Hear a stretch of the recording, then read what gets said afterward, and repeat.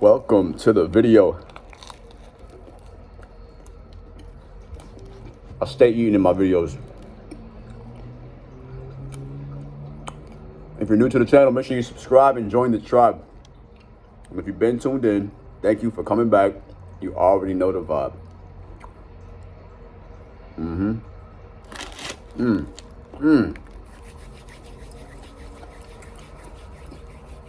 Listen, I got a comment on one of my videos, and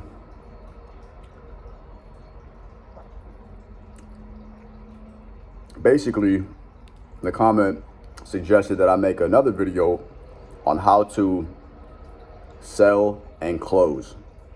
So if you're in sales or a commission job, or you're prospecting, or you're, essentially promoting a product, an idea, or a service, this video will definitely help you. So watch all the way to the end. And just a quick disclaimer, when I say sell and close, I'm not just and only necessarily talking about, a physical transaction, or, selling your services or your business. Like it applies to life, man.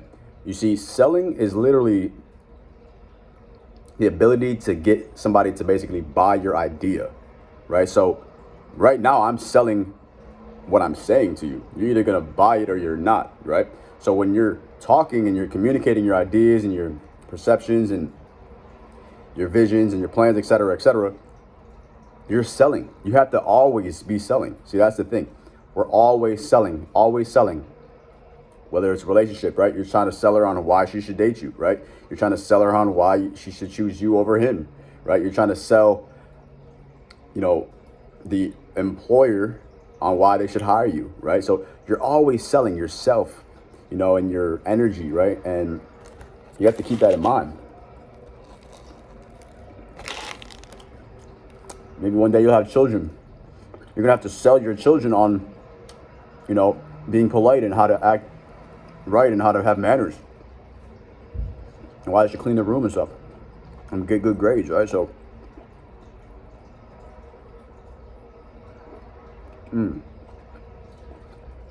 we're constantly selling.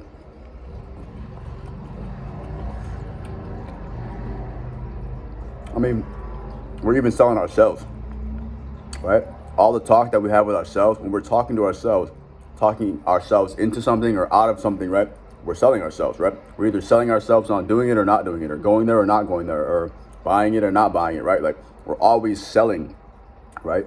So what does it take to sell? What does it take to be a good seller, right? Whether it's a product idea, service, or yourself, your time, whatever the case may be, your idea, or your, whatever it is you're trying to sell, or essentially get somebody to buy into or believe in, right? Or trust or accept, right? Or understand. That's what sales is.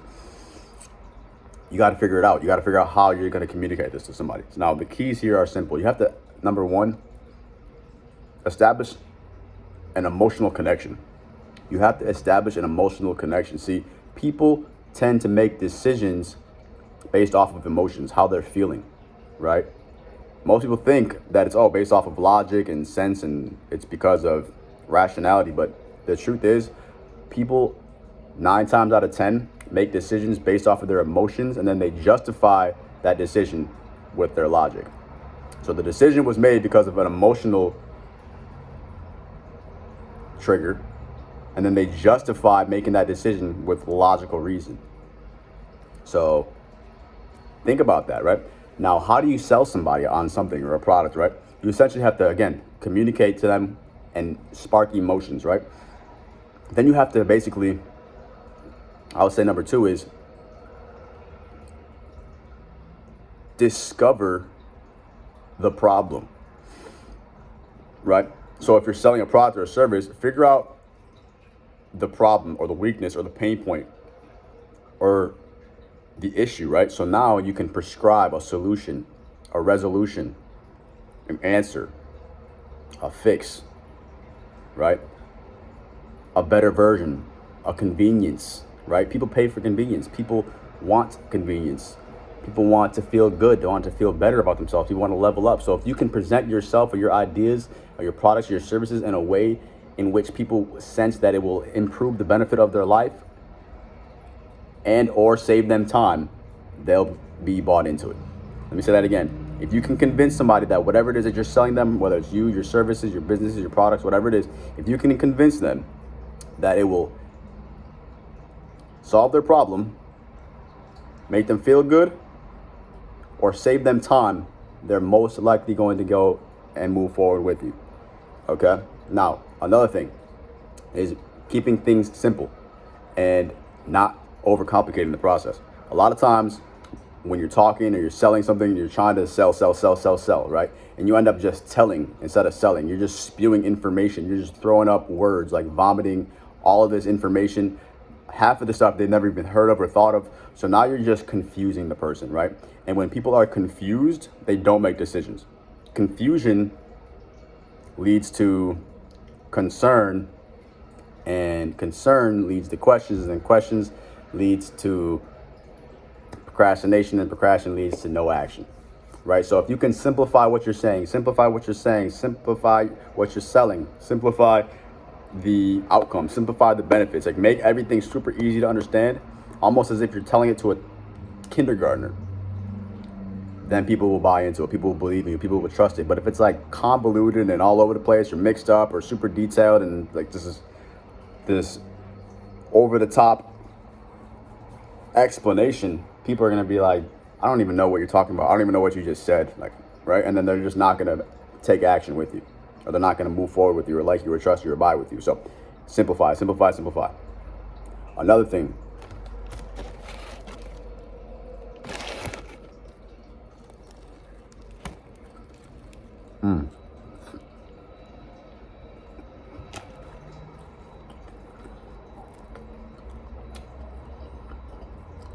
Ask the right questions.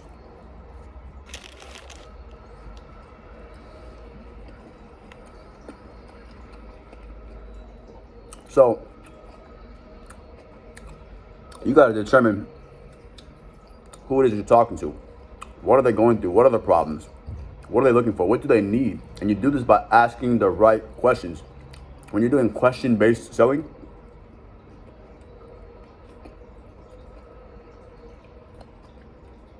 now the customer or the client or the receiver is doing all the talking. You're just asking questions, and they're going to be talking and responding and almost selling themselves, because their responses and their answers are going to determine your next question.